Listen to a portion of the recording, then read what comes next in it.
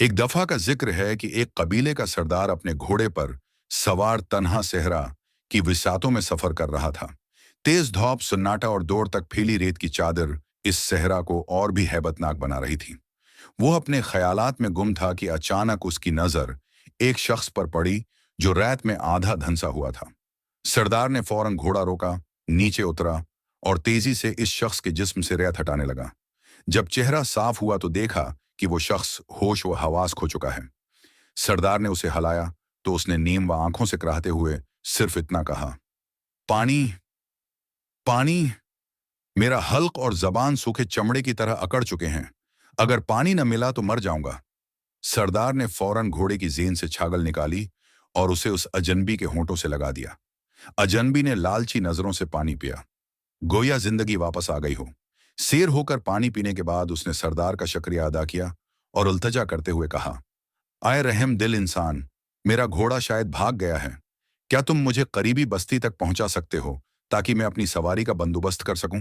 सरदार ने शफकत से जवाब दिया, हाँ, क्यों नहीं, आ जाओ, मेरे पीछे बैठ जाओ। उजनबी बेमुश्किल जमीन से उठा, लेकिन कमजोरी के बायस घोड़े पर सवार न हो सका। चंद कोशिशों के बाद वो सरदार से बोला, बराह करम, क्या आप घोड़े से उतरकर मुझे सवार होने में मदद दे सकते हैं? सरदार ने जरा भी हचकचाहट के बगैर घोड़े से उतरकर उसे सहारा दिया। जैसे ही अजनबी घोड़े पर सवार हुआ, उसने अचानक सरदार के पैट में एक जोरदार लात रसीद की और घोड़े को ईड़ लगाकर तेजी से भाग निकला। सरदार ने पीछे से आवाजें दें, लेकिन अजनबी सिर्फ एक लम्हे को रखा और बुलंद आवाज से कहने लगा, शायद तुम शर्मिंदा हो कि एक अजनबी के हाथों धोखा खा गए हो। जान लो, मैं एक राहिजन हूं और लठीरे से रहम की उम्मीद रखना बेवकूफी है।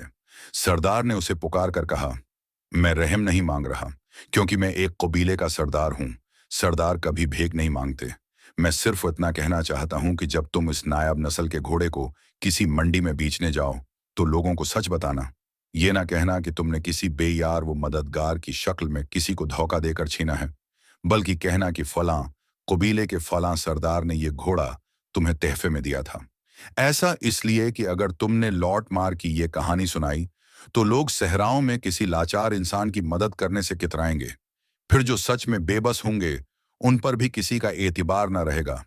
याद रखो, तुम्हारा धोखा सिर्फ तुम तक महदूद नहीं रहता, बल्कि तुम्हारी बेदाहिदी का खमियाजा आने वाली नस्लों को भी भुगतना पड़ता है।